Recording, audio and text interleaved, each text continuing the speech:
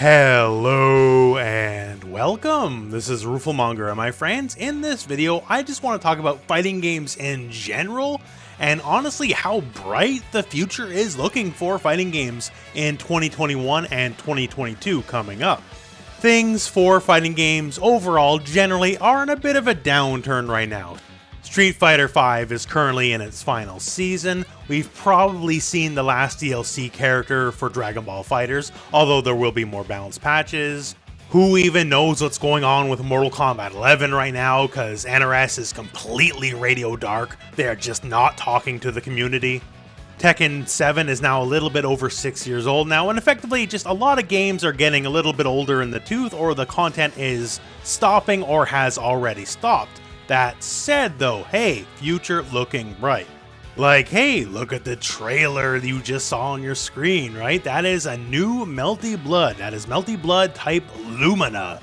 Melty Blood, hey, that is a franchise that was definitely long in the tooth, and here we are, updated high-res graphics, high-res sprites, and wouldn't you know it, rollback netcode. And that right there is one of the true big triumphs going into this year and the next year, is rollback netcode is finally the standard now in fighting games. We got Guilty Gear Strive leading the way a couple months from now, King of Fighters 15, rollback netcode, the new Melty Blood, that is also this year by the way, rollback netcode. Heck, even the King of Fighters All-Stars mobile phone gacha game is getting rollback netcode. That's the game where you can have John Cena and Jin from Tekken on the same team. We are finally entering a future of fighting games where you don't have to worry about the online. You can just go online and play, you know, like every other genre of every other game except fighting games for all this time, right? Fighting games are finally up to the bare minimum standard of every other video game. And I know when I put it that way it sounds really bad, but hey, it's been really bad. It sucks I had to turn into an old man before this became the standard. But at least we got it, so thankfully we can now properly play the games as they should be, and we already talked about this year. We got Guilty Gear Strive coming up just a few months away, KOF 15, Melty Blood type Lumina, but that is far from it that we have coming up in the next year and change. There is a veritable deluge of fighting games coming up, and it's just truly fantastic. Just to start off with, hey, do you remember the Virtua Fighter Cross Esports deal? We finally got some news on that front.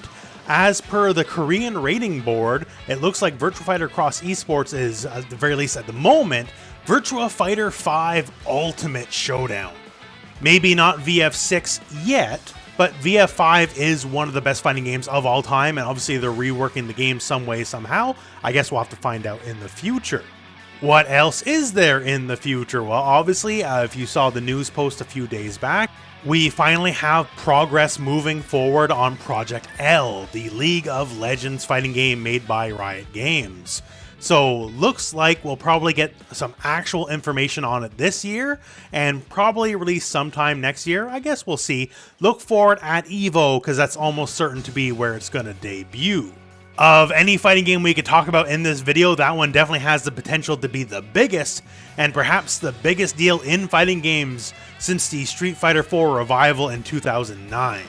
And that's coming this year or next year, we'll see I guess, but yeah, so that's already a titanic deal, and that's far from it. Because we got Street Fighter 6 coming more than likely in 2022. In fact, as going by previous leak stuff and all that we've covered on the channel months ago, it was kind of already supposed to be out by now. Due to a combination of COVID and some pretty big internal issues where, you know, some staff had to get shifted around, let's put it that way, Street Fighter 6 got delayed internally, so maybe it's not out now. That's honestly the whole reason why we have Street Fighter V Season 5, is the buy time for the delayed internally Street Fighter 6, but when it comes out, hey, Street Fighter is fighting games. When it's all said and it's all done, nothing is more synonymous with fighting games than Street Fighter, and I expect Street Fighter 6 to be nothing less than one of the biggest deals possible. There's obviously a lot of lessons to be learned from the launch of Street Fighter V, and you know what, I am more than confident that Capcom has learned those lessons. ever since the launch of Street Fighter V, Capcom's been on fire. Like, Street Fighter V was the only game with a poor reception. Everything else has been home run after home run after home run. And I am very sure they realize that that is why Street Fighter 6 got delayed, because they were not happy with the product that was going out, because they want nothing less than perfection, right? So Street Fighter 6 will come, and man, it's gonna be a very, very big deal. And Capcom, Riot, yeah, those are the heavyweights, those are the big hitters, right? But the indie FGC is also plucking along just fine. So them's fighting herds, as you can see right here, they're getting a new character, new DLC, and there'll be more in the future. And yes, FYI, it does have rollback netcode, and a pretty robust feature set, considering it is a more of an indie game rather than a big company. We have upcoming fighting games like Punch Planet, still putting out new characters in early access right now, so it's not ready for release just yet, but hopefully by 2021 later in the year, or 2022, it'll be out. And yes, also rollback netcode, very interesting fighter. We have new indie titles like Corrupt coming out, also rollback netcode, and I just want to impress that every single time. Rollback netcode is a big deal, and that is more like a cyberpunk sci-fi fighting game that'll be coming out hopefully in 2021 later this year. So this is what I'm talking about when I say the future looks very bright. So while we have some games that are kind of in their end phase right now, getting a little older in the tooth, coming up, man, there's so much new stuff, and there's just something for everybody, basically. If you want your team fighters, you got KOF. If you want your classic style, you got Street Fighter 6 coming up.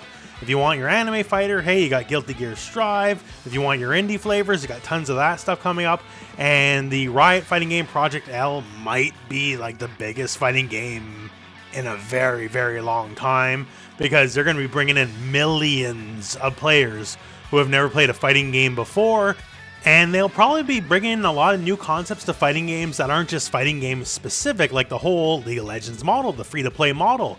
That's really never been done in fighting games outside of Dead or Alive. And you might not know it, but specifically Dead or Alive Last Round, Dead or Alive 5 Last Round that is a sleeping giant, as it got millions and millions and millions of people to play it through the free-to-play model.